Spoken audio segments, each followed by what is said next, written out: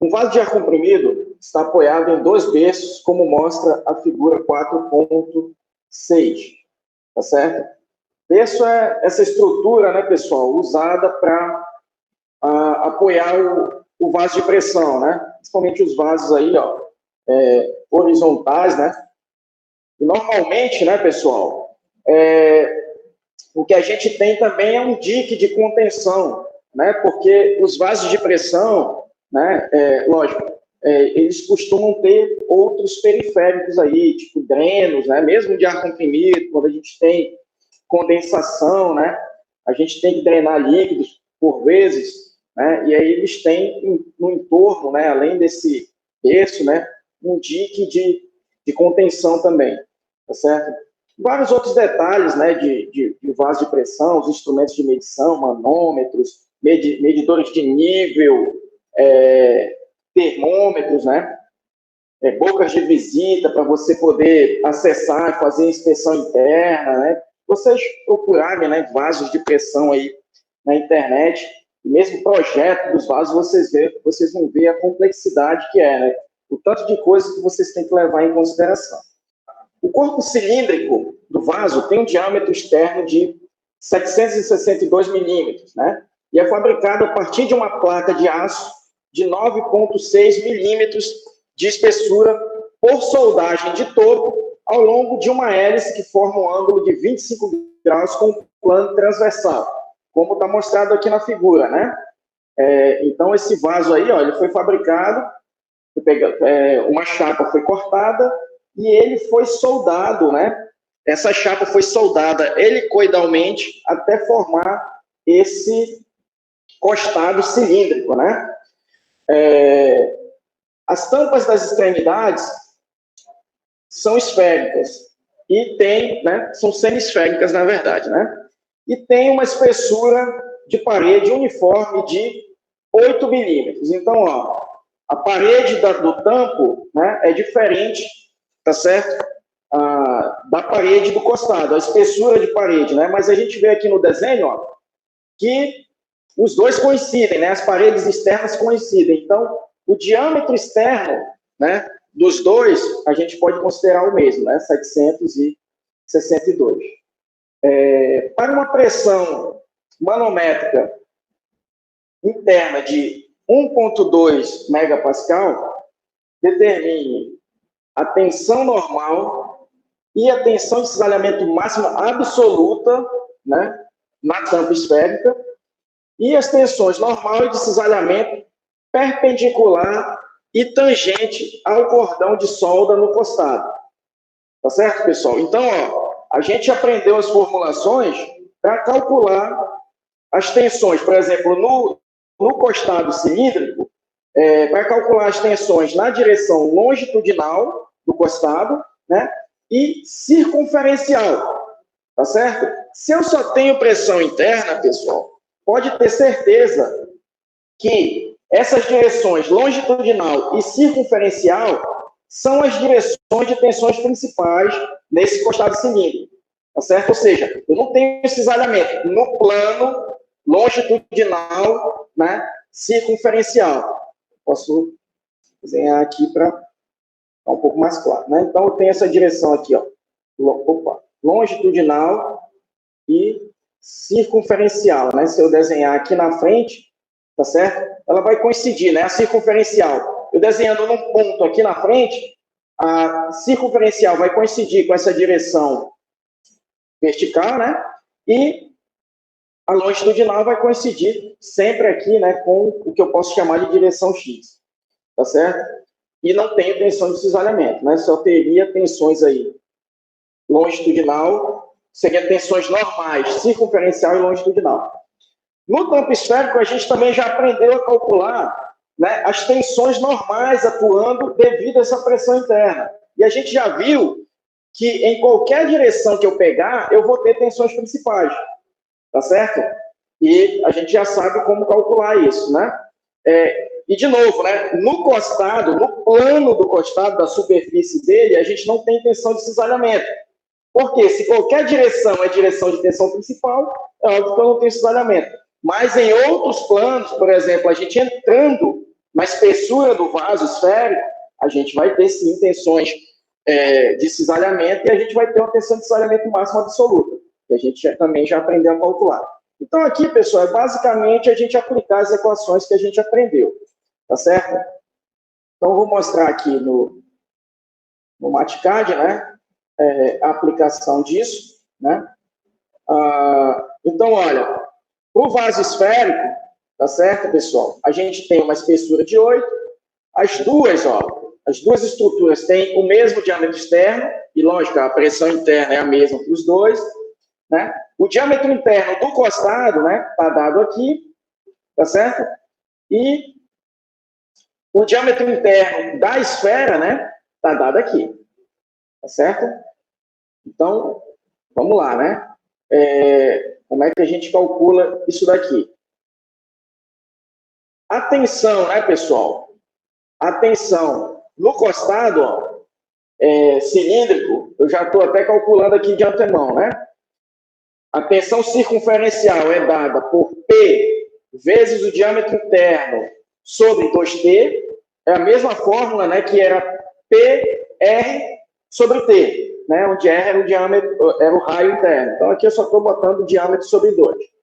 Então, está aqui, ó, com essa pressão, né, a gente está tendo uma tensão circunferencial de 46,9 megapascal. E a gente sabe, né, pessoal, das formulações também, que a tensão longitudinal é a metade da circunferencial, quando eu só tenho pressão interna, obviamente, né? Então, está aqui, ó, 23,46 megapascal, né? Para o tampo esférico, né, é só uma equação que eu tenho para calcular tensão normal em qualquer direção ali da minha superfície, né? Que é PD, tá certo? D interno da esfera, sobre 4 vezes a espessura da esfera. E aí eu tenho uma tensão aqui, ó, de 27 megapascal, tá certo? Nesse costado esférico. Então percebam, né, pessoal, que a superfície esférica, né, quando a gente tem um vaso esférico, a gente tende a ter tensões menores do que quando a gente tem um costado cilíndrico. A gente pode até fazer uma relação, né? Se eu quiser, é o mesmo volume no vaso cilíndrico, né, e no vaso esférico, né, com uma dada pressão interna, né? A gente pode fazer esse tipo de comparação para definir no projeto. Eu quero usar costado esférico, né, um vaso esférico ou um vaso cilíndrico. É claro, o vaso esférico, às vezes, ele tem dificuldades construtivas, né, um pouco maiores do que um costado cilíndrico, né, para a gente fabricar. Tá? E a gente aprendeu aqui, pessoal, também, ó, no equacionamento, né, que a tensão máxima, ó, a tensão de cisalhamento no plano, para um vaso esférico, né, vai ser 0. Qualquer plano é plano de tensão principal. Mas, em outros planos, como na direção da espessura, né, eu vou ter, sim, tensões de cisalhamento. E eu vou ter uma máxima tensão de cisalhamento aqui, ó, de PR sobre 4T, ou PD sobre 8T, né, como está mostrado aqui. Tá certo? Então, tá aqui, ó, letra A está dada, né, pro tampo semisférico, né, eu tenho uma tensão normal de 27, quase 28 megapascal, e uma tensão máxima de cisalhamento absoluta de quase 14 megapascal. Agora, a letra B, pessoal,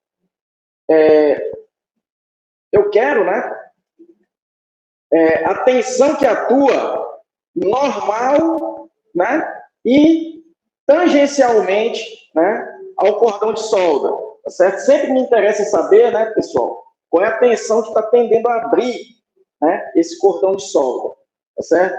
Então aí, ó, é uma solda helicoidal formando 25 graus com esse plano aqui, ó, com esse plano aqui, né? Se a gente fizer, ó, essa aqui, a minha direção de referência, direção longitudinal, né? O que eu quero, ó, são as tensões, né, que atuam normais a esse eixo aqui, tá certo? Esse é o meu eixo de referência. Então, ó, Esse ângulo aqui, pessoal, tá certo?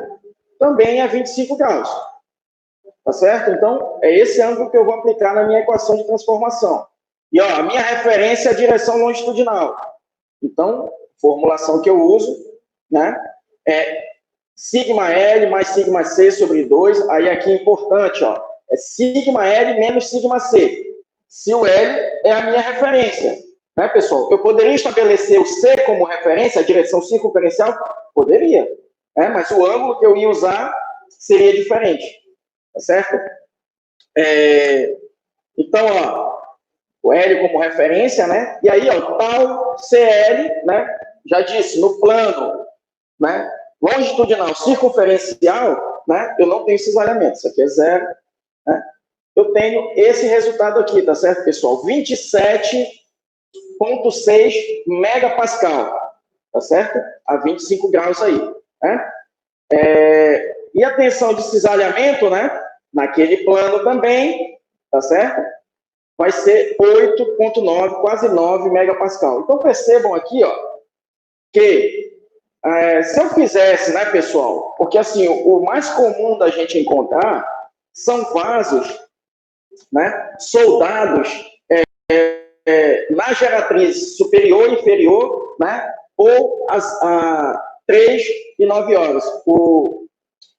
Os vasos, né, pessoal, e dutos, eles são, a gente usa essa convenção, né, do relógio para estabelecer as posições de trabalho, tá certo? Então, zero, né, essa geratriz superior, 12 horas, tá certo? A geratriz inferior, 6 horas, e a daqui, né, 9 horas, tá certo? 3 horas, 9 horas, 12 e 6 horas, tá? Então, o mais comum é você cortar, né, e dobrar duas chapas, tá certo? O que a gente chama de corte meia cana, né? Então, a gente tem aqui, ó, uma chapa dobrada aqui, tá certo? E a outra a gente junta, né, soldando em duas partes. E aí, pessoal, o que acontece quando a gente fabrica o vaso assim, né?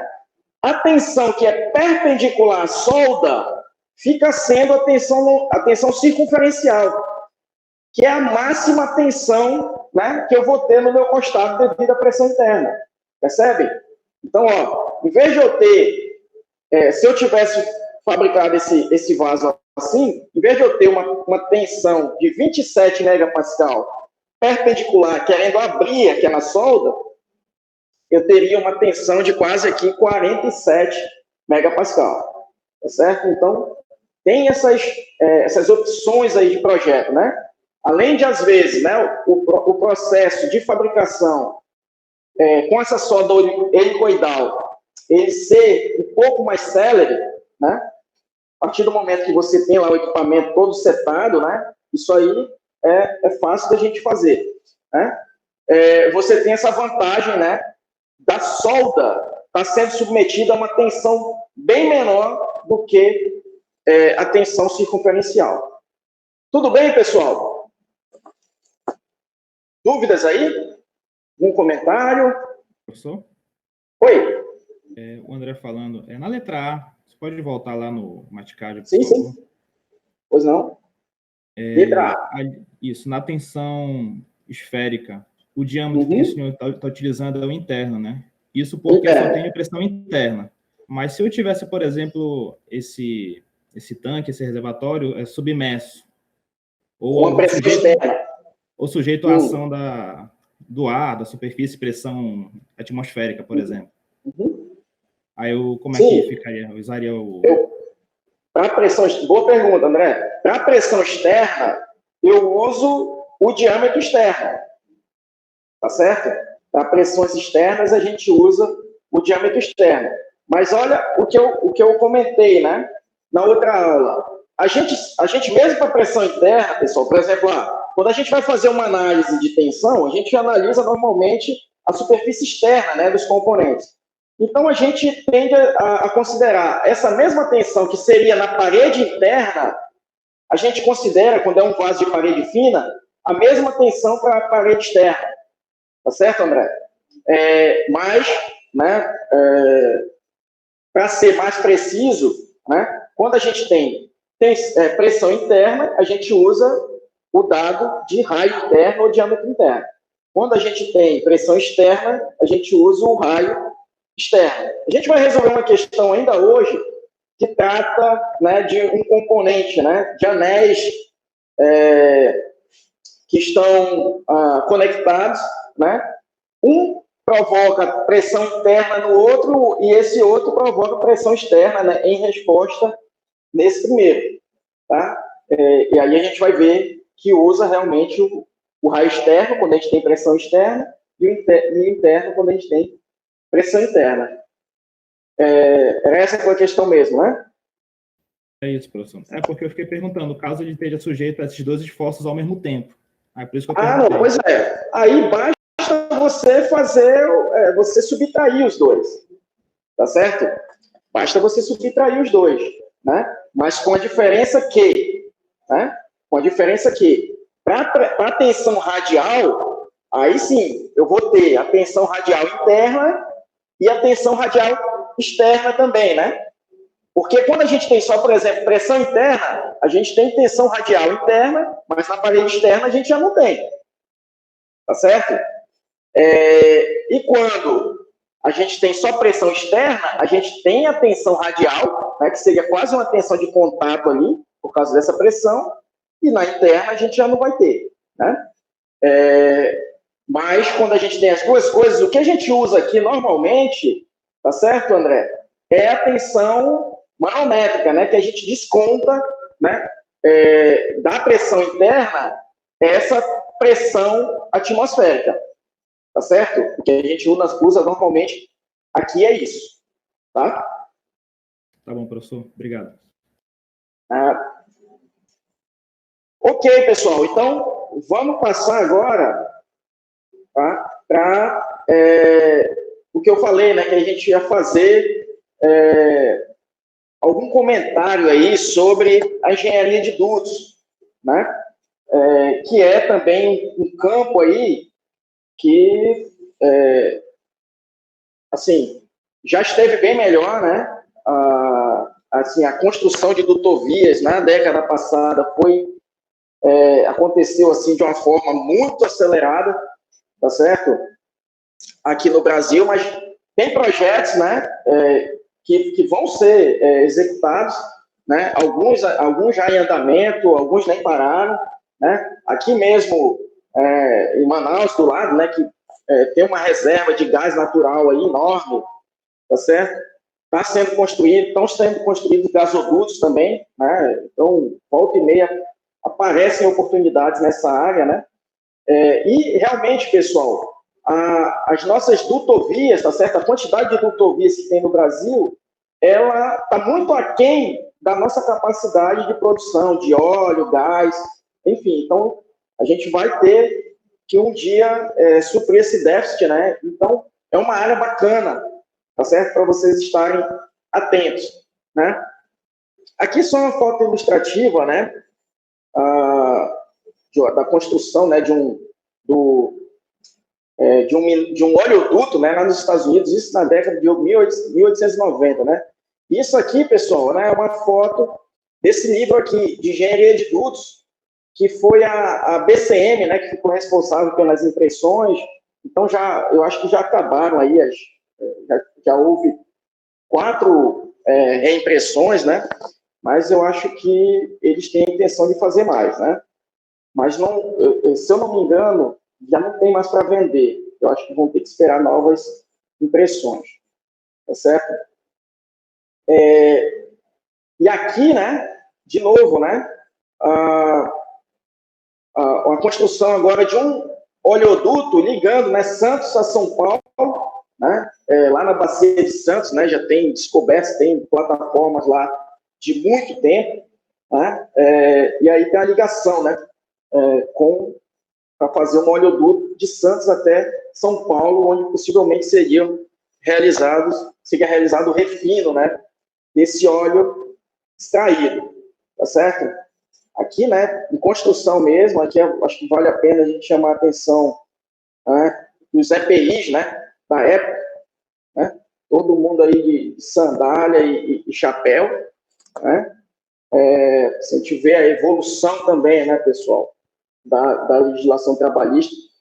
Pô, isso aqui é um negócio absurdo, né? O pessoal trabalhando com picareta, com coisas muito pesadas e sem um capacete, sem botas, né, adequadas, enfim. Então, o primeiro detalhe aqui, né, pessoal? Dutos são equipamentos utilizados para transportar fluidos, normalmente pressurizados. Então, assim, o conceito de vaso de pressão, né, era para conter fluidos, né? Então, já é uma primeira diferença, né, para dutos. Os dutos são usados para transportar os fluidos, tá certo? Mas também pressurizados, obviamente, né? Porque senão você não tem força para levar esse duto de um lado para o outro. Então, são usadas bombas enormes, né? Quanto maior, logicamente, a distância, né, e os aclives, né, que você vai ter na tua rodovia, mais importantes vão ser essas estações de bombeamento. E também, quanto mais viscoso, né, pessoal, e denso é o fluido, né, também, né, essas bombas mais potentes elas têm que ser. Por exemplo, para transportar essas lamas de minério, né, até aqui, né, em Barcarena, tem os minerodutos que saem de Paragominas, né? Então, vocês imaginam o tamanho dessas bombas aí para transportar essas lamas de minério, né? Ó, assim, né, os mesmos também podem ser enquadrados na definição de vaso de pressão, tá certo? Só no que tange, né, o fato de serem pressurizados, né, esse fluido que eles transportam, e as equações, tá certo, utilizadas também vão ser parecidas com algumas particularidades, né? A gente vai poder aplicar equações similares aos costados cilíndricos, mas com algumas particularidades, né? Aqui, pessoal, eu mostro, né, algumas plantas, os esquemáticos de plantas de fabricação de dutos aqui no Brasil, tá certo? Aqui, por exemplo, eu tenho a planta de fabricação, né, de tubos, que a gente chama de UOE, tá certo? Que isso aqui diz respeito à conformação, né, plástica feita nas chapas, né? Você chega, né, pessoal, com as chapas, normalmente compradas aí, a Tenares, pelo menos, compra da Uzi Minas, né? Essas chapas, tá certo? E aí a chapa, né, pessoal, a largura dela já vem mais ou menos na dimensão do perímetro que o meu duto vai ter, né? Esse meu 2PR, né, que o meu tubo vai ter no final, né? E aí, ó, as bordas, né, são trabalhadas, né? São feitos os bisés, porque isso vai ser soldado. E aí, ó, ela passa por uma primeira prensa aqui, que vai dobrar essa chapa em forma de U, tá certo? Depois, uma segunda prensa que vai transformar isso de U para um O, tá certo? E aí, isso vai ser soldado, né? Internamente e externamente. Esse daqui é para um processo de ar submerso, né? Vocês vão ver, acho que no semestre que vem já parte de soldagem, né? Para ver o que é isso, né? E aí são feitas, obviamente, inspeção por ultrassom, tá certo, pessoal?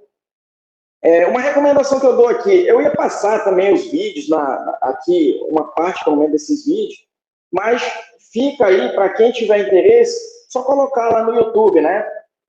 Processo de fabricação UOE, por exemplo, ou no YouTube, ou no Google direto, né?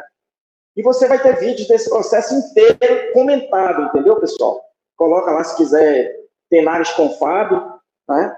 Que já vai direto para essa fábrica, né? E aí vocês vão ver isso aqui tudo, né, que eu estou explicando, ocorrendo lá na fábrica mesmo.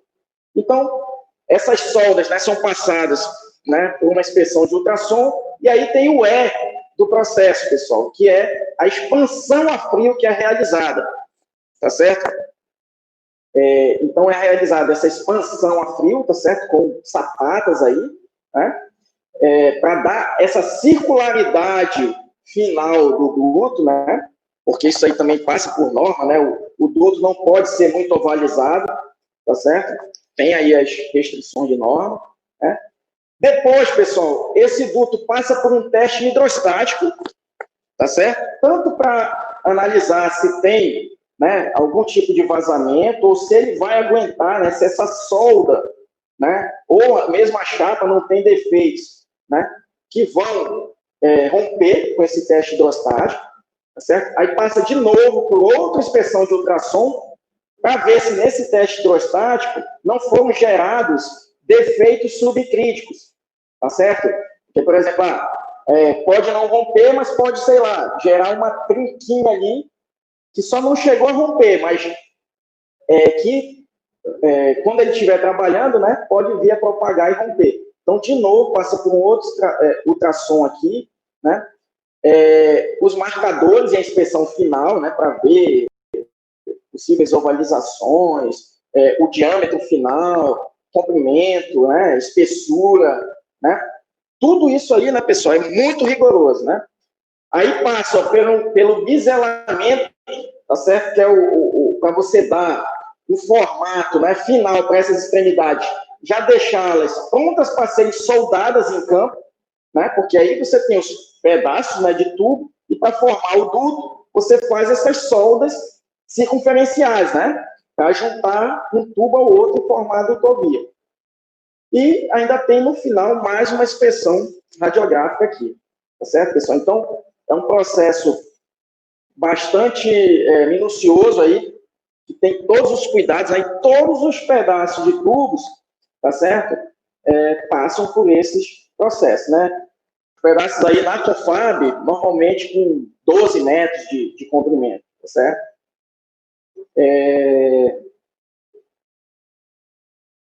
Então, aqui, né, fotos reais mesmo, né, tiradas lá na fábrica, e esse processo eu tive a oportunidade de ver realmente na prática, né? O processo é RW, pessoal, o que muda aqui, né, você tem um outro processo de dobramento, tá certo? Dessas chapas, tá? Mas aí o que a gente faz é usar chapas, né, um pouco mais finas, tá certo? Para ser possível esse processo de dobramento, né? Então, os dutos que saem daqui, né, eles vão ter a capacidade, né, de produção desse processo RW com diâmetros um pouco menores e espessuras menores também. E a soldagem, né, é com resistência elétrica, tá certo, pessoal? Então, parecido, né, com o que a gente vê o processo TIG aí, sem deposição de material, tá certo? Então, os cordões de solda do processo RW, a gente vê, eles são quase imperceptíveis, né? Não tem aquela rebarba, né, aquela sobra no processo que a gente tem no processo que tem adição de material, né? Como o SAW que a gente mostrou anteriormente. Mas os cuidados, pessoal, são os mesmos, tá certo? De inspeção final disso, né? E tem também a planta ó, de soldas helicoidagem. E aí percebam ó, que a gente consegue produzir tubos de até 100 polegadas, né? Um diâmetro enorme, né? Então, aquele mesmo vaso de pressão ó, que a gente viu no exemplo anterior pode ser produzido também com um processo desse daqui, tá certo? Professor? E a gente tem... Oi, pois não? É o João que está falando, professor. Tipo assim, em que casos de aplicação eu vou usar o processo RW e o processo anterior, que eu me esqueci o nome que o senhor falou? O processo SAW. Isso. Bom, o processo RW, né, pessoal, ele tem um fluxo mais célere, tá certo? Então, eu consigo fazer uma produção maior, né? E tem a vantagem também da solda não ter aquela rebarba, tá certo? Que, no final das contas, né, a possibilidade de defeitos ali é maior, né? E ainda tem essa questão da concentração de tensão. Então, isso daqui ó, é um duto de um pouco mais de qualidade, estruturalmente falando, né? Mas é um processo também um pouco mais caro, né? Porque você imagina, né, a carga elétrica, né, que é necessária para esse processo. E tem a limitação de diâmetro também. tá? Do processo e de espessura, né? Então, o que vai ditar o que é um processo ou outro, né? Normalmente vai ser o que é demandado na prática. Não, na prática eu vou ter um fluxo absurdo. Então, quanto maior o diâmetro eu conseguir, né? Melhor, tá certo? E tem o custo também, né? O OE, né, tem um custo um pouco menor, né? Ele é um processo um pouco menos complicado, apesar de ter aquelas várias etapas, tá certo? Então, são duas coisas aí, né? A qualidade, né, estrutural enfim, e o que é demandado na prática, né? Que diâmetro você vai precisar, e aí tem as limitações de construção mesmo, tá certo? E as limitações de construção também, né? O diâmetro possível por determinados processos, né? Espessura também, né? Porque aquele negócio, o fluxo enorme, o diâmetro enorme, e eu vou precisar de uma pressão altíssima também. Então, eu preciso de uma espessura maior, né? A gente já viu lá, né? A tensão atuante depende tanto desse raio quanto da espessura. Então, quanto maior é o meu raio para uma mesma pressão interna, né, maior é a minha tensão. Mas se eu aumento essa espessura, né, eu ajudo a diminuir também essa tensão atuante no duto. Tá certo, João? Ok, professor, obrigado. Era isso mesmo. Valeu. Beleza. E a gente tem também, pessoal, o tubo sem costura, né? Quando a gente tem uma preocupação realmente enorme com qualquer defeito que possa ter numa solda, tá certo? A gente vai para esse tipo de tubo. Então, de novo, a tua pergunta, né? Eu vou ter casos em que eu vou ter recurso suficiente e eu não quero ter preocupação nenhuma com qualquer problema que possa ter com solda, enfim. Vou fazer um duto sem costura, sem solda, né? Que é por um processo de mandrilamento. Então, vocês coloquem também lá, tubo sem costura na internet. Aí vocês vão ver, ó, aqui no Brasil, a Mannesmann, Valorec, né? Fabrica isso, tá certo? E aí, o que eu tenho que fazer, né? Eu faço os tarugos enormes, né? E aí eu vou submeter esse tarugo a altíssimas temperaturas, né? Eu vou fazer uma espécie de uma trifilação para aumentar também o comprimento dele, né? Reduzindo diâmetro, quando for o caso. E aí, ó, eu vou fazer esse mandrilamento, eu vou empurrar, ó, com esses roletes aqui, né? Imagina a força, né? Para isso daqui. E empurrar o mandril aqui, tá certo? Ele, né? Ali na temperatura de fusão, né? Você está vendo aqui ele totalmente incandescente aqui. E eu formo esse duto, né? Com o diâmetro que eu quero, com o diâmetro interno também, mas normalmente a qualidade de acabamento é um pouquinho inferior aos demais, né? Porque olha esse processo, né, pessoal? Então é claro que eu vou ter uma rugosidade ali um pouco maior, tá certo? Mas o processo tem melhorado cada vez mais, tá certo? Professor? Temperatura de fusão que o senhor fala é de recristalização ou fusão mesmo? Não, assim, próximo ali, né, dos 1000 graus, tá certo? Lógico, não chega na temperatura de fusão, senão isso aí estaria totalmente mole, né? Mas o que eu estou falando é próximo, né? Então, acima ali, por exemplo, dos 800 graus, em torno de 1000 graus, tá certo? Para deixar ele incandescente dessa forma, tá certo? Mas sem perder totalmente as suas propriedades estruturais, né? Senão eu não consigo avançar com esse mandril, tá certo?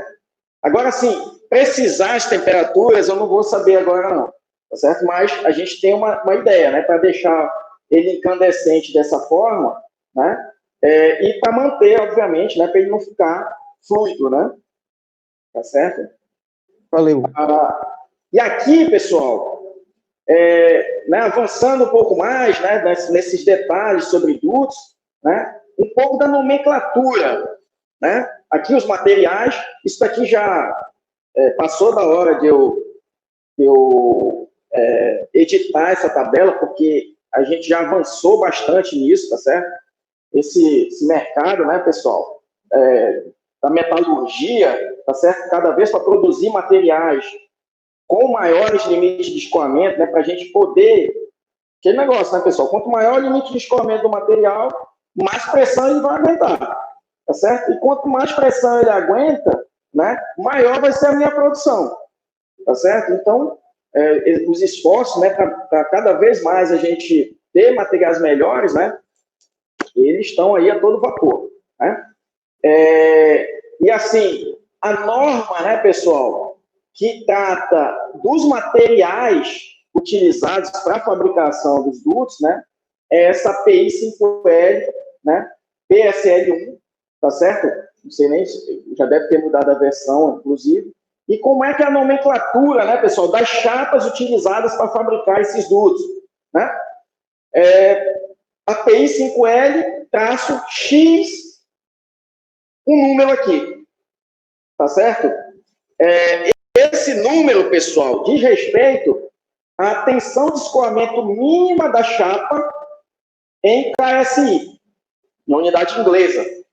Tá certo, pessoal? Unidade inglesa, que a gente multiplica aí por aproximadamente 7 ou 6,9 para chegar em megapascal. Tá certo? 6,9, né, é o número mais exato, né, para a gente converter de KSI para megapascal. Então, ó, os dutos, aqueles mais antigos, né, a gente ainda tinha esse grau aqui. Isso aqui é o que a gente chama de grau. É grau X80, X60, tá certo? Antigamente, né, os dutos um pouco mais antigos, né, a gente tinha esses graus inferiores aqui, né, e aí começou a evoluir para esse X alguma coisa. Começando do X42, o X46. Na minha dissertação de mestrado, né, que foi entre 2005 e 2007, eu trabalhei fazendo análise em tubos X46 e X60, tá certo? Tubos tirados de serviço da Petrobras, para a gente fazer essa análise. Né? Lógico, como cortados por algum tipo de defeito, né, substituídos, tubos que já estavam ali há 20, 30 anos em serviço, né? Isso lá em 2005. Então, você vê, ó, o quão antigos, né, são esses materiais aqui já, né? X42 até o X60. Depois foi evoluindo, né? Hoje, eu acho que no Brasil já fabricam com chapas X100, talvez até um pouquinho mais, tá certo? Aí, olha o limite de escoamento. E aí, aqui uma questão, né, pessoal, importante. Ó, tensão de escoamento mínima dessas chapas, né? Que é o que essa sigla aqui em inglês fala, tá certo? A tensão mínima, tá certo? De escoamento, né? Do inglês aqui, esse Y, né? Que é yield, né? Escoamento, tá certo? Então, o que é feito, né? Por norma, você fabrica lá a tua chapa, né, com os componentes necessários, os elementos de liga que você quiser usar para chegar nas propriedades mecânicas que você almeja. Tendo sido fabricadas as chapas, são tirados lá uma grande quantidade de corpos de prova para fazer um ensaio de tração, tá certo, pessoal? E, por exemplo, vamos lá, vamos fazer 100 ensaios de tração para aquela leva, para aquele lote de chapas, tá? O menor valor obtido, não é a média, o menor valor obtido nesses ensaios de tração, né, é usado para dar o grau daquela chapa. Então, por exemplo, vamos lá, eu vou fazer 100 ensaios. Vamos dizer que 80 deu 550 megapascal de tensão de escoamento, ou em torno daquilo, né? E, sei lá, 2, 3, né? 5 deram 482. O grau da chapa vai ser esse daqui, X70, e não X80. Tá certo? Então, é assim que é tratado, para vocês verem a seriedade, né? Agora é óbvio, né? Se o lote é conhecido, a chapa de onde você tirou o corpo de prova é conhecido, você descarta algumas, né? E usa aquelas outras. Tá certo? Mas é esse o grau, né, pessoal, de seriedade da fabricação dessas chapas para a fabricação de dutos e vasos de pressão também. Tá certo? Então, é sempre trabalhando, né, o lado da segurança. Então, você imagina, você perde aqui 70 megapascal no teu projeto, mas você está com mais segurança. A tua chapa pode até ter lá, sim, 80 KSI de escoamento, mas no lote dela, no lote que ela foi fabricada, tinham chapas com escoamento menor. Então, está a favor da segurança. Tá claro isso? E aqui, ó, é a mínima tensão de ruptura, né? Que, ó, vai ter um valor um pouquinho superior, tá certo? A mínima tensão de ruptura obtida nas chapas. Né? Então, o mínimo que você pode ter, ó, naqueles teus ensaios, para ser um X80, 551 megapascal. Né? Para ser um X70, 482. Tá certo? Oi, pois não, Leonardo. Quanto é o fator de segurança, geralmente, em projetos de dutos? Varia muito. Aí eu não vou ter uma resposta direta para ti, porque esse fator de segurança, ele tem uma série de fatores que você tem que considerar no cálculo dele. Tá certo? Então, vamos lá. É diferente um fator de segurança de um duto, por exemplo, que passa no meio de uma reserva, por exemplo, uma floresta, tá certo? Né, que foi aberta ali só um clarão para passar essa dutovia, não tem pessoas por perto, a fauna também não está tanto em risco, né? É muito diferente do fator de segurança de um duto que você tenha, por exemplo, comunidades próximas ou rios próximos. Você tem dutos que passam até debaixo de leito de rio. Tem o minerioduto aqui que passa por debaixo do leito do rio. Tem uns que passam no leito do rio. Né? Mas até isso já foi meio que proibido. Né? Então, você deixar lá no leito do rio. Né? Isso interfere muito, né, pessoal, na fauna aquática ali. Né? Então, vai depender de um monte de coisa. Do fluido que você carrega, tá certo? Né, do grau de periculosidade dele, tá certo? De onde ele passa, né?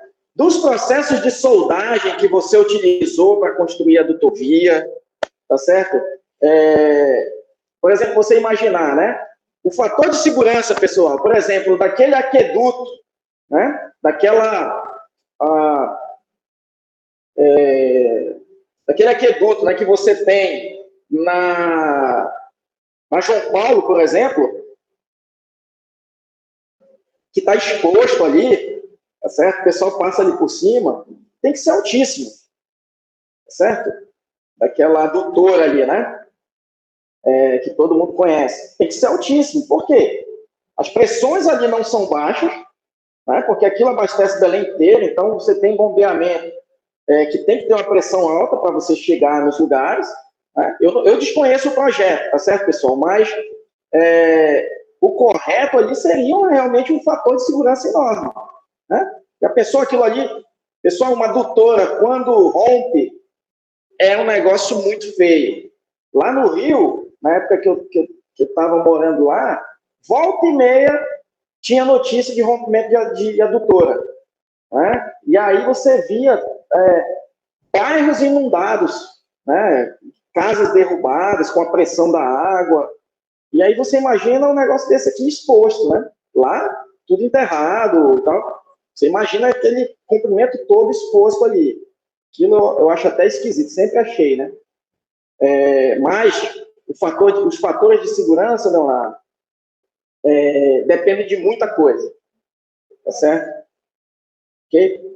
Mas, assim, você tem agências, né, regulando isso, você tem normas estabelecendo o que tem que ser considerado, tá certo? Para cada fator. Então, tudo isso é normatizado. Tá? Não é nada da cabeça do projetista, não. É tudo normatizado. Né? Todas aquelas situações e condições de operação e construção do duto é levado em conta, tá certo? Na definição do fator de segurança. E tem que seguir aquilo. Tá?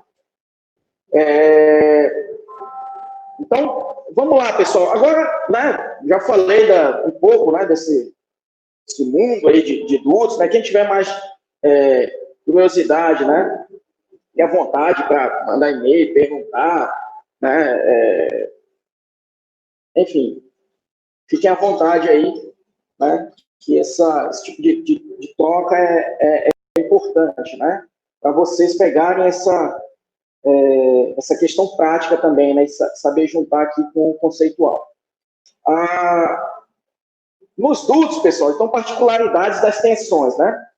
As tensões circunferenciais e radiais não sofrem qualquer alteração com relação aos valores dos vasos cilíndricos, tá certo? Então, continua, né? A tensão circunferencial num duto, eu calculo igual eu calculei lá para o vaso com encostado cilíndrico, tá certo? PR sobre T. A tensão radial, também, que vai ser aí, ó, o meu sigma 3, né? A minha tensão principal mínima, né? Lógico, quando eu tiver só pressão interna, porque eu posso ter também esforços, por exemplo, de flexão, né, no meu duto. Eu tenho lá um duto aéreo, né? E ele vai ter, né, devido ao peso próprio dele, ao peso do fluido, ele vai ter flexão também, né?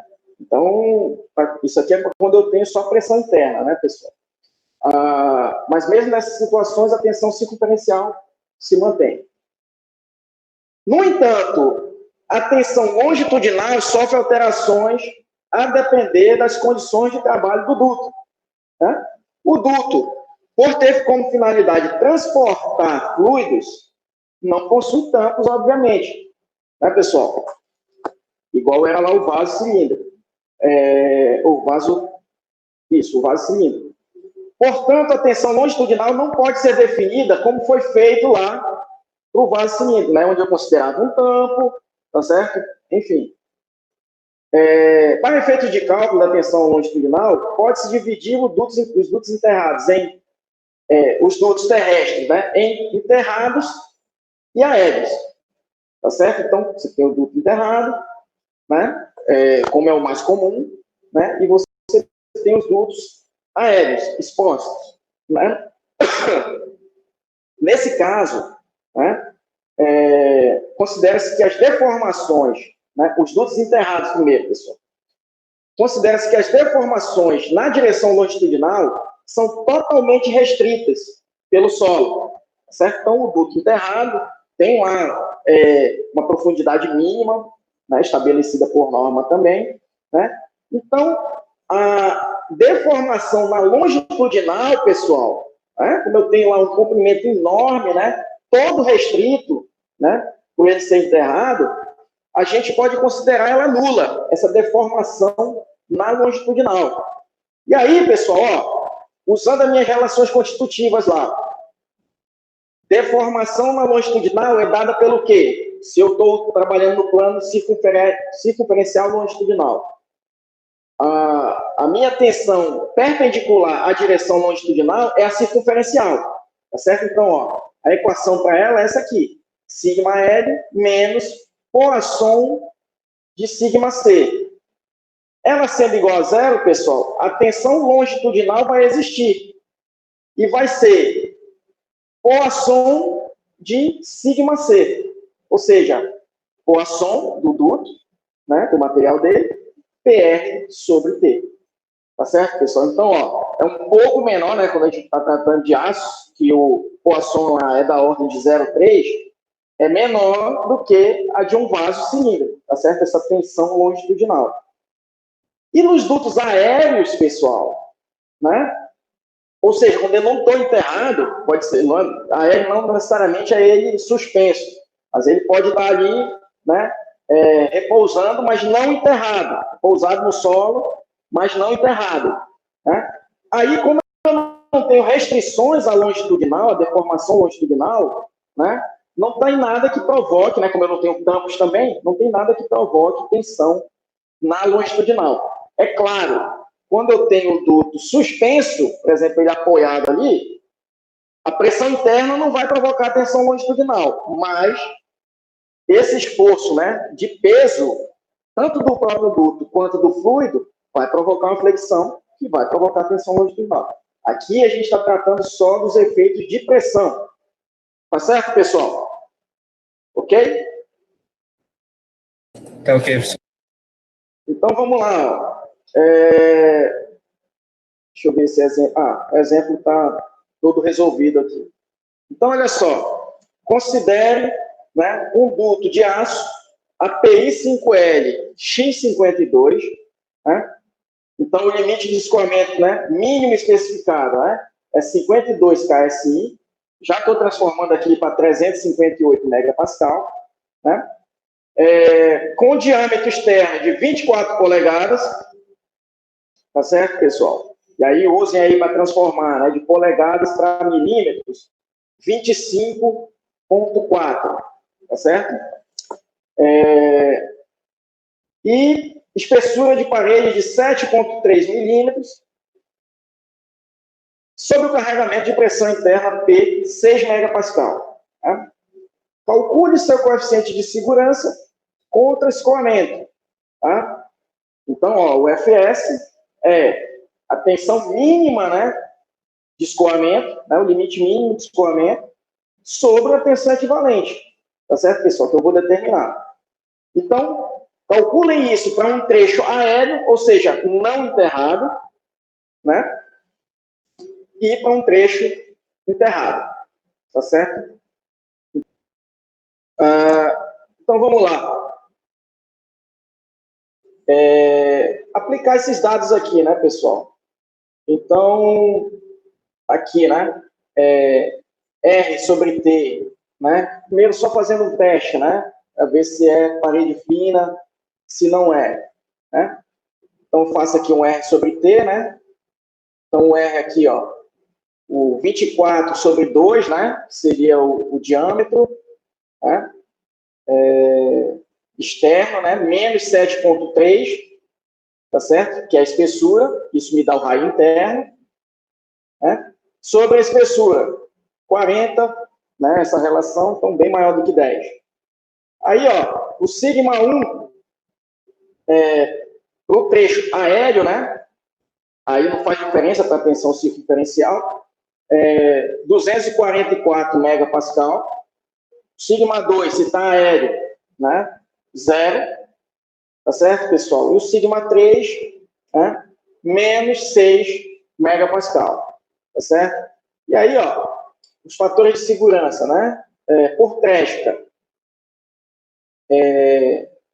Eu usando, né? Essa tensão radial. Tá certo?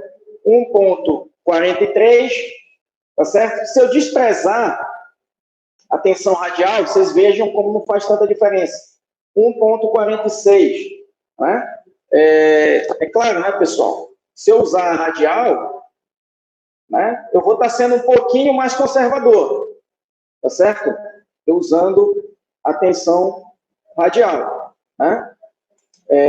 Mas, né, não são raros aí os projetos em que a gente simplesmente ignora essa tensão radial, porque realmente ela é bem inferior às outras. Tá? Fazendo por misses, né, pessoal? Usando, né, todas, aqui, ó, por misses. 1,44, se a gente não usar a radial, tá certo? 1,46. Igual aqui a tresca, né, pessoal? Por quê? Se a gente ignora a radial, a gente está considerando tensão só numa direção, né? E a gente sabe que esse é um dos casos em que o hexágono de tresca toca a elipse de misses, né? Então, aqui demonstrado isso. Né? Agora, para letra B, né? Considerando um duto enterrado. Aí a longitudinal já não vai ser 0, né? E tá aqui, ó. Ela é o coassom da tensão circunferencial, tá certo? Então, agora eu vou ter uma tensão longitudinal de 73 megapascal. Continuo tendo aqui a minha radial, com o mesmo valor, mesma pressão interna, né? Critério da máxima tensão de cisalhamento, ou critério de tresca, né? Usando a radial aqui, ó, 1,43, mesma coisa da outra, porque a tensão intermediária, né, pessoal, não é importante no critério de tresca. Me interessa a máxima absoluta e a mínima. Né? Então, essa tensão intermediária é irrelevante para o critério de tresca. Né? Já para o critério de Mises, não. Né? Ela vai ser importante. Então, está aqui, ó. O critério de Mises, eu vou ter agora um fator de 1,6. Né? E, ignorando a radial, né? Um fator de 1,647. Pouquíssima diferença. Né, pessoal? Pouquíssima diferença. Tá? Ok, pessoal? Chegaram nesses valores, deu tempo, pelo menos armaram a questão, né? Pode votar no critério de Treska da B, só para anotar um negocinho rápido. Aqui, ó. Aqui. Obrigado, só para anotar aqui.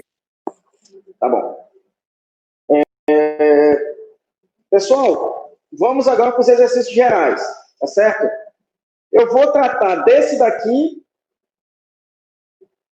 e desse, tá? Esses dois últimos aqui são bem simples, tá certo? Eu vou colocar o valor, né, disso daqui, eu vou mandar para vocês, tá certo?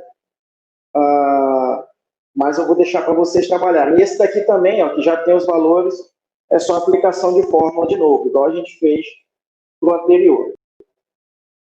Tá? Tem vários esforços aqui, né? Então, vamos lá. Esse primeiro exemplo aqui, né, pessoal? Eu tenho aqui, ó, um torque de intensidade T igual a 12 kN, né? É aplicado à extremidade de um vaso que contém ar comprimido sob uma pressão de 8 megapascal.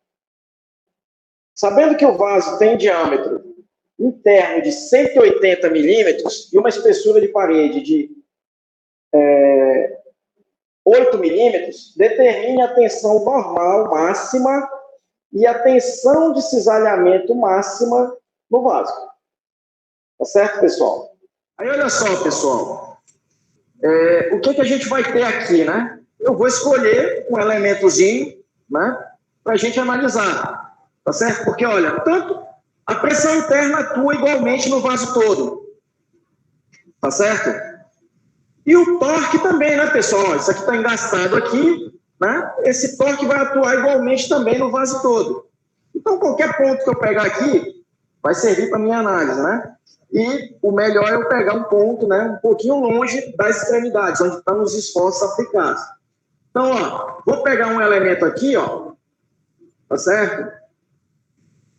No plano, ó, aqui eu tenho, né, direção circunferencial, né? Se eu pego aqui, imediatamente aqui na frente, né, pessoal? É claro que essa coordenada circunferencial, né, seria eu trabalhando com coordenadas cilíndricas, né? Mas quando eu pego aqui na frente, ó, essa circunferencial coincide até com o meu eixo X. E o longitudinal, né, vai coincidir aqui com o eixo vertical. Tá certo? Então, olha só. Se eu tivesse só pressão interna, quais seriam as tensões que eu teria aqui, pessoal? Eu teria uma tensão circunferencial, né? E uma tensão longitudinal, que a gente sabe calcular muito bem. Aquelas equações bem simples, né? Tensão circunferencial T, R sobre T, longitudinal igual a P, R sobre 2T. Né? Só que agora eu também tenho um torque aqui. Né? E eu sei calcular, né, pessoal? Tensão devida a torque. O torque gera que tipo de tensão? Cisalhamento. Cisalhamento. E ele não vai influenciar em nada, né, pessoal? Essas tensões circunferencial e longitudinal, que são tensões normais, provocadas pela pressão interna. Né? Então, o que a gente vai ter aqui? A gente vai ter, além dessas tensões, ó, aqui no estado de tensões desse elemento aqui, uma tensão de cisalhamento. Ó. Aqui na face superior, se eu fizer um seccionamento aqui, ó, a direção dela coincide com o do esforço, então vai ser nessa direçãozinha aqui. Certo? Então, aqui, ó, a minha tensão de cisalhamento CL. Certo, pessoal? Ela é positiva ou negativa? Se eu considerar o C como minha referência.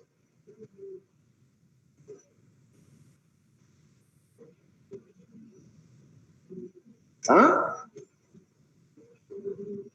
Caramba. Tá aqui, ó. O C como referência, ela está tendendo a girar essa face aqui, ó, perpendicular a C no sentido anti-horário. Então, positiva, se eu considerar o C como referência. Beleza, obrigado. E como é que eu calculo essa tensão, né, pessoal? Tensão, CL, é o torque, vezes o raio. Aqui é interno, né? Interno. Sobre J. Pessoal, aqui eu vou usar o raio interno ou externo? E o J, né? I sobre 2, R. É a quarta, menos RI a quarta. Hein? Aqui eu vou usar o raio externo ou interno?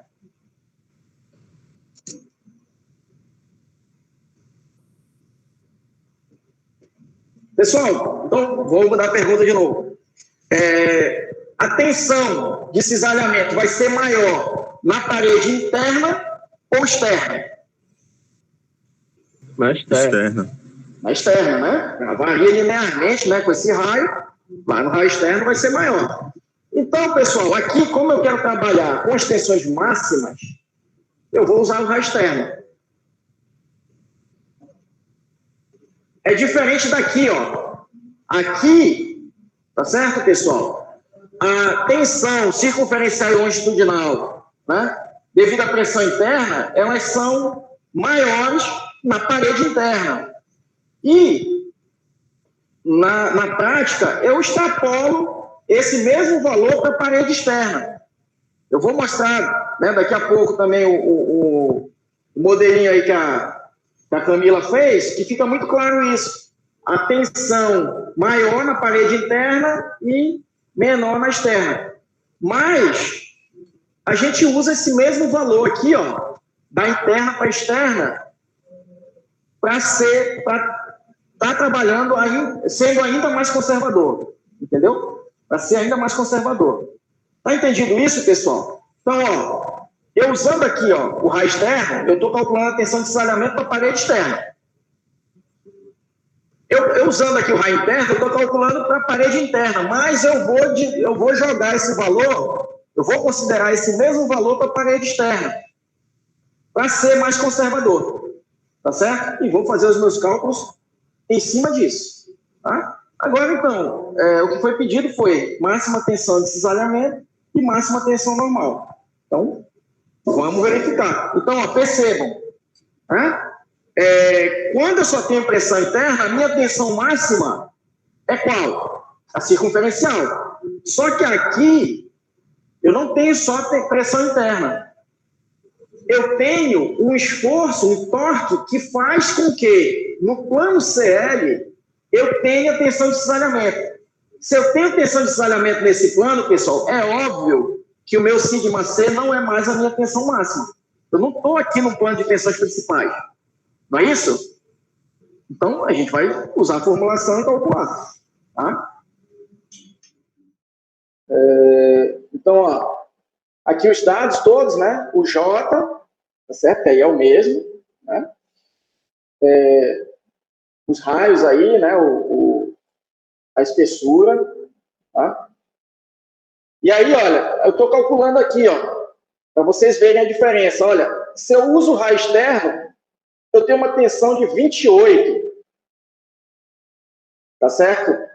Se eu uso o raio interno, eu tenho uma tensão de 25, é coisa aí de 10% de diferença. Não é coisa pouca, não. Tá certo? Então eu vou usar esse valor aqui, tá certo? Que é o maior.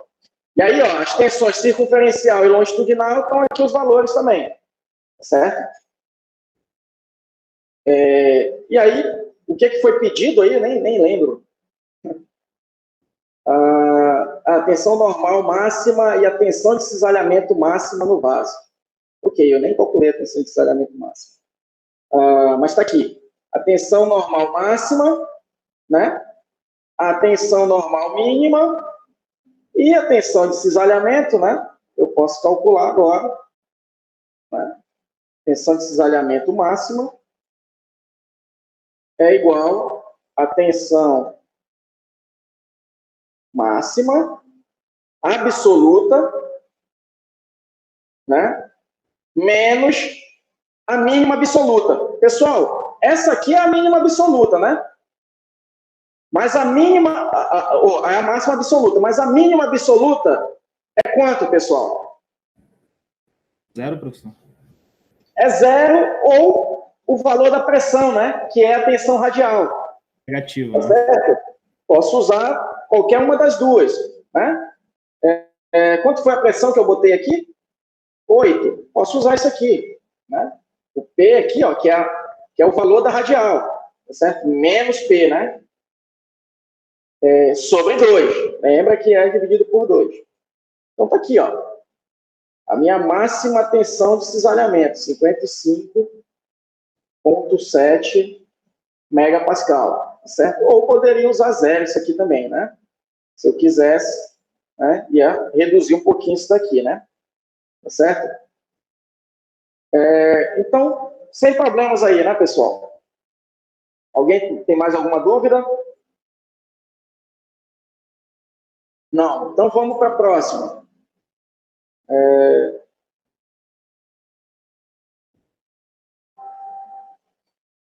Professor, Essa daqui. Oi. por que eu não posso dizer que a tensão circunferencial ela é simplesmente o dobro da longitudinal?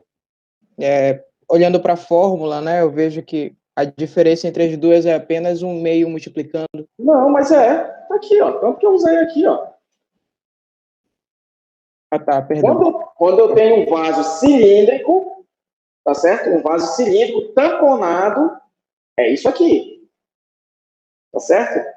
Mas como cada uma tem a sua dedução, aí coloca a equação de cada uma, né? Para não dizer só que, não, isso aqui foi uma consideração que eu fiz, é metade da circunferencial. Não. Dá para fazer a dedução e chegar a essa conclusão. Tá certo? Mas isso só quando eu tivesse só pressão interna. Tá claro isso, né? Quando eu tiver outros esforços, eu vou ter que somar ou subtrair essas outras tensões com as tensões devido à pressão. Né? Então, vamos lá, pessoal. Olha só para a gente entender aqui, ó, esse problema aqui, um pouquinho diferente, para a gente entender que essas formulações de pressão interna e externa, elas não são aplicáveis, né, só quando a gente tem vaso de pressão, dutos, enfim. Né?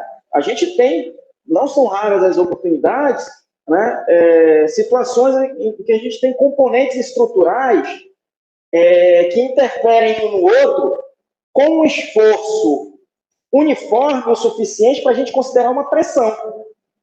Tá certo? É essa a condição. Né? Aqui, por exemplo, né, um anel de latão com diâmetro externo. Né? O latão é esse alaranjado aqui. Né? Com diâmetro externo de 127 milímetros e espessura de 6,35 milímetros. Né? Se encaixa exatamente dentro, né? Se encaixa exatamente dentro de um anel de aço com diâmetro interno de 127 milímetros e espessura de 3,18 milímetros. Tá? Quando a temperatura de ambos é 10 graus. Então, ó, eles foram aí acoplados, né? Sem grandes esforços, numa temperatura de 10 graus. Tá certo? Então, relativamente, um pouquinho mais frio, né, do que o que a gente está acostumado, né?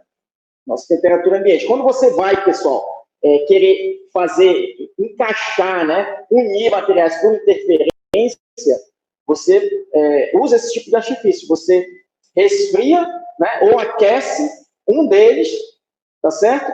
Encaixa e depois deixa voltar para a temperatura ambiente, né, que eles vão interferir um no outro, né? Esse encaixe aí. Sabendo que a temperatura dos dois anéis é, então, aumentada para 51,7 graus, ela é aumentada, determine a tensão de tração no anel de aço e a pressão correspondente aplicada pelo anel de latão no anel de aço, que vai responder com a mesma pressão, né? Só que em sentidos opostos. Então, olha só, pessoal, aqui é aquela situação. Um vai aplicar pressão interna no outro e o outro, né, vai aplicar pressão externa no um. Tá? Então, tentem pensar nessa questão, né, e resolvê-la por meio de compatibilidade geométrica. Eles vão estar totalmente encaixados, tá certo, pessoal? Então, se eu não tenho restrição na longitudinal, né, eu não vou ter tensões também na longitudinal. Tudo bem? Não vou ter tensões na longitudinal. Né? Mas, né, na direção circunferencial, que é essa que tende a abrir, tá certo, os anéis, tá certo, pessoal? Aí sim, eu vou ter interferência, né, de um sobre o outro, né? Então, aqui, ó, nessa junção entre os dois, eu tenho que fazer, eu tenho que ver cumprida essa condição de compatibilidade. O que o raio externo do latão variar é o tanto que o raio interno do aço vai ter que variar. Então, ó, o que eu tenho é isso aqui, ó. A variação, né, circunferencial, né, que é o que faz esse aumento aí, ó, da circunferência do latão, tá certo? Vai ter que ser igual à variação circunferencial do aço. Tá certo, pessoal? E aqui, ó, percebam, eu tenho, né, e assim, isso aqui, ó, é variação, né, do comprimento circunferencial, né? E como é que seria essa variação do comprimento circunferencial, pessoal? Lembrem, né? Ó, variação de comprimento é comprimento inicial vezes a deformação específica, não é assim? É isso aqui. Então, ó, isso daqui, pessoal, para uma circunferência, como é que eu calculo o comprimento inicial da circunferência? 2πr, né? Vezes esse epsilon. Se isso aqui é circunferencial, isso aqui também. Tá certo? Circunferencial. Tá? E esse R aqui, pessoal, ó, é porque eu estou tratando. O R é igual ao raio externo do latão e igual ao raio interno do aço. É o que eu estou chamando de R. Tá? Então, ó, eu vou ter aqui 2πr. Não, deixa eu fazer um pouco mais para cá. 2πr epsilon c, latão, igual a 2πr epsilon c, aço. Então, ó, isso aqui soma. Tá? E aí eu vou ter esse termo, pessoal. Pessoal, o que é que influencia na deformação circunferencial? Ó, eu não tenho tensão longitudinal. A radial aí, vou desconsiderar também. Tá certo? Vou desconsiderar também. Então, o que eu tenho aqui, ó, o epsilon c, ele se deve a dois termos. Tá certo? Um é a tensão circunferencial que vai passar a existir a partir do momento que haja uma pressão, né? A partir do momento que eles estão ajustados, pessoal, e começar a ter essa variação de temperatura, que o latão começar a forçar o aço para fora e o aço forçar o latão para dentro, eu vou ter uma pressão e vou ter uma tensão circunferencial. Tá certo? E essa tensão circunferencial vai influenciar aqui, né? Então, que é por esse termo aqui, ó, 1 sobre E vezes a tensão circunferencial, que é PR sobre T. Tudo bem? mais, né? Eu tenho também o termo devido à temperatura. E o termo, né, de deformação específica devido à temperatura, pessoal, é alfa delta T. Tá certo? Alfa vezes delta T. Então, ó, eu vou usar isso aqui para o latão e para o aço. Achar minha pressão, primeiro, eu vou preferir achar a pressão aqui para depois resolver a letra A. Mas vamos lá, vamos trabalhar nisso daqui. Então, ó, pessoal, para o latão, esse termo de pressão aqui, ó, vai entrar positivo ou negativo? Vamos lá, ajudem aí. Hã? Pessoal, a pressão feita no anel de latão, ela é interna ou externa? O anel de aço, ó, faz uma pressão externa no anel de latão, tá certo? Impedindo ele de se expandir. Então, é a pressão externa. Então, quando é pressão externa, né, ela quer encolher aquele componente. Então, esse termo aqui vai entrar negativo. Então, menos PR sobre E do latão e a espessura do anel de latão. Mais alfa do latão, delta T, que é o mesmo, né? O latão pro aço. Igual. Agora, ó, pro aço, pessoal, é o latão que faz uma pressão interna no anel de aço. Tá certo? Então, esse termo aqui pro aço vai ser positivo. P R sobre E do aço, T do aço. Né? Mais alfa do aço, delta T. É só arrumar aqui, né, pessoal? Então, ó, isso aqui eu vou passar para lá, juntar isso aqui, multiplicar tudo por menos 1, né? Então, o que eu vou ter aqui é PR, né, eu passando para lá para o outro lado, PR 1 sobre E do aço, T do aço, mais, né, passando para lá, 1 sobre E latão, T latão. Igual, né, agora, ó, eu passando, se eu passei isso aqui para cá, eu passo isso aqui para o outro lado. Então, delta T, alfa do aço, menos alfa, alfa do latão, né, porque eu estou passando do aço para lá. Então, cuidado com isso aqui, né? Alfa do aço. Certo? Estou passando isso aqui para lá, positivo. Então, isso aqui para cá, negativo, é o aço. Aí, ó, isolo o P aqui. Tá certo, pessoal? Isolo o P, né? Só passar isso aqui, né, para baixo. Tá certo? Encontro o P. E aí, encontro também as tensões com esse P. Vou mostrar os resultados aqui. Tá?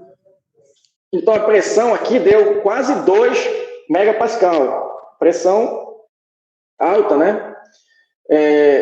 Aí a tensão no aço, 39, positivo, megapascal, e no latão, negativo.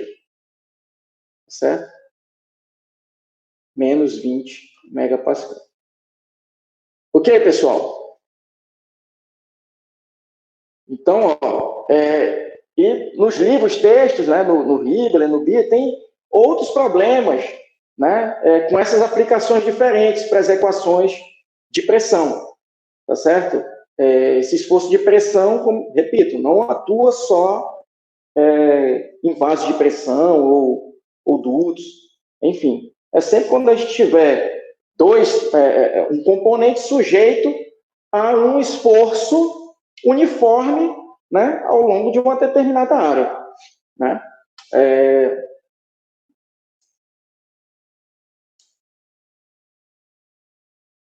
Mas é óbvio, né? Aí tem a questão geométrica também da estrutura, né? Aqui exige isso exige, né, que o esforço seja aximétrico também, né, para a gente fazer essa consideração dessas equações de pressão interna ou externa. Tá? Deixa eu dar os resultados aqui, deixa eu ver essa daqui. Tensão máxima, eu acho que era isso que eu estava pedindo. 116 mega. Eu acho que para esses dados aqui. Não sei se são os mesmos dados, tá?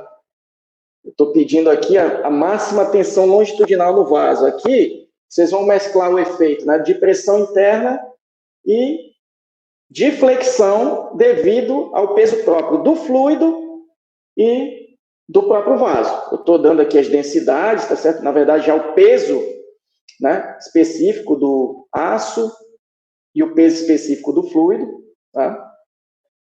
E essa outra questão já está aqui todas as respostas, tá? Me permitam, pessoal, rapidinho, bem rápido mesmo, só mostrar um detalhezinho aqui para vocês do arquivo que a Camila fez de nuances, tá certo? Só para a gente ver essas diferenças, né, de tensões na parede interna e na parede externa. Tá? Aqui, modelos ANSYS.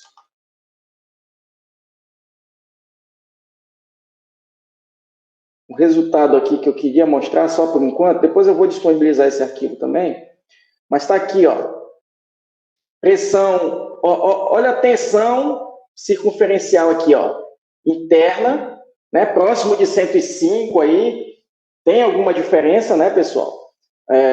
O ANSYS não faz aquela simplificação de parede fina, né, ele faz o cálculo que tem que fazer, tá certo? Então o resultado dele é mais preciso, né? E o nosso, acho que deu 103, né? E o externo, olha aqui, pessoal, a pressão, né, ou a tensão circunferencial, ó, na parede interna 105, na parede externa 100, né? Então tem aí uns 5% de diferença aí, tá certo? Lembrem que o de pressão, o de cisalhamento lá tinha 10% mais ou menos de diferença, né? Então a diferença era um pouco maior. Então, para vocês verem, né, que tem diferença da parede interna para a parede externa. Mas a gente costuma extrapolar, usando tanto para a parede interna quanto para a externa, esse mesmo valor de tensão. Aí a gente está indo em favor da segurança. Tá certo, pessoal? Ok. Então, muito obrigado aí aos que ficaram até o final, pela paciência. Desculpem, né, ter excedido muito aí no horário, né? Mas era bom a gente encerrar hoje mesmo, base de pressão, para a gente manter o cronograma legal.